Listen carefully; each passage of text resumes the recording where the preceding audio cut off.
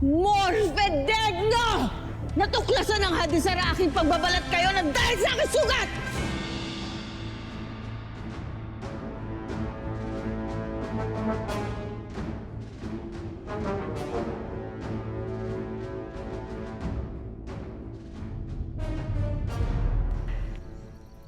Parating na ang Hara Danaya.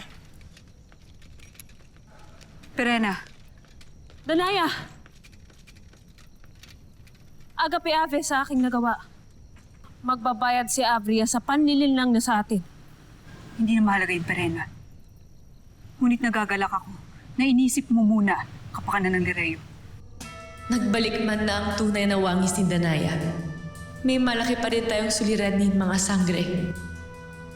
Ang mga brilyante. 3 ngayon ang nasa kamay ni Avria. At batid niyo na habang tumatagal ang mga brilyante sa pangangalaga niya, ay mapapadali niyang makukuha, lalo ang katapatan ng mga ito.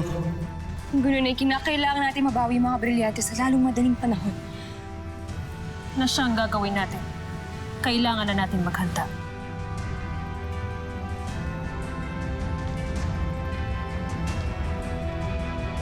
Esta Secto!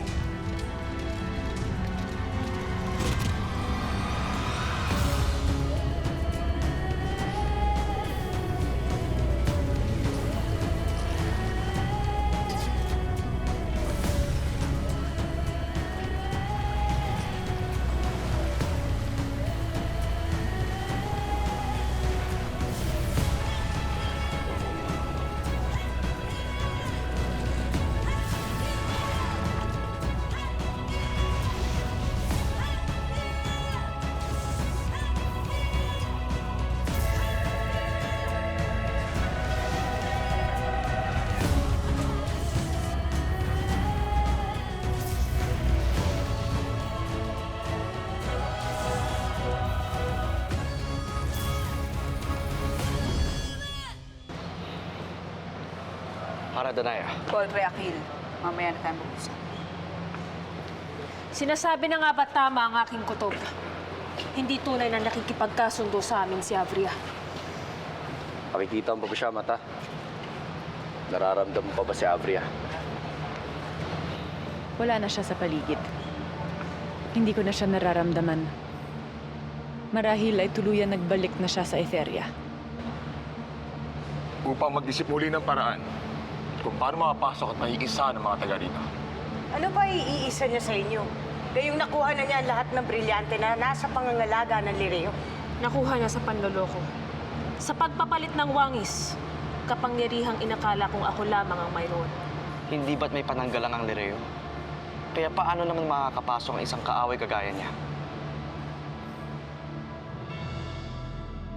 Ano't kinailangan pa katang sunduin? Sapagkat may isa lamang kang bumabalot dito sa Lireo. At sa hindi ko mawaring dahilan na hindi makapasok ang ating panauhin. Ginawa ni Avria ang kanyang mga pangako. Kaya ipakita rin natin sa kanila ang ating paggalang sa ating pakikipagkasundo sa mga Etherean. Inuutusan kita na tanggalin mo ang proteksyon na ito. Papapasukin natin si Andorra sa ating palasyo bilang ating panauhin. Tinanggal ko. Kaya aminin ko na kasalanan ko ito. Nagpaloko ako kay Avria pagkat inakala kong siya ang aking tunay na kapatid. Kung talagang tinanggal mo, bakit hindi makapasok ang tunay na Danaya dito? May iba pang pananggalang ang Lireo kung ganun. Pananggalang laban kay Avria. Pagkat hindi ko ibig na makapasok pa siyang muli rito. Ang hindi ko batid ay narito na pala siya gamit ang wangis ni Danaya. At ang itinataboy ng aking pananggalang ay ang tunay kong kapatid.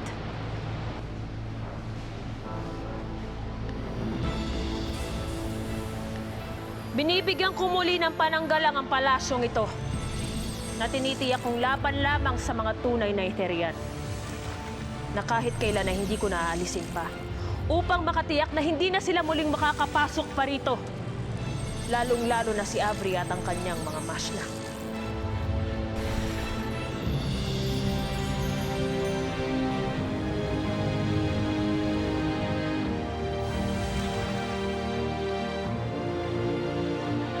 Ngayong alam na ng mga diwata ang ginawa kong pagbabalat kayo.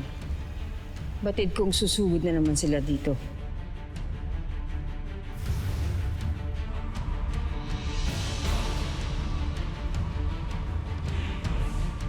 Ngunit masyado na kayong umaasa sa inyong mga brilyante.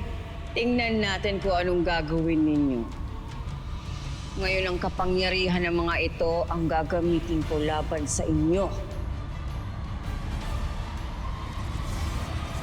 Semba estu em viva! Rasa via liray!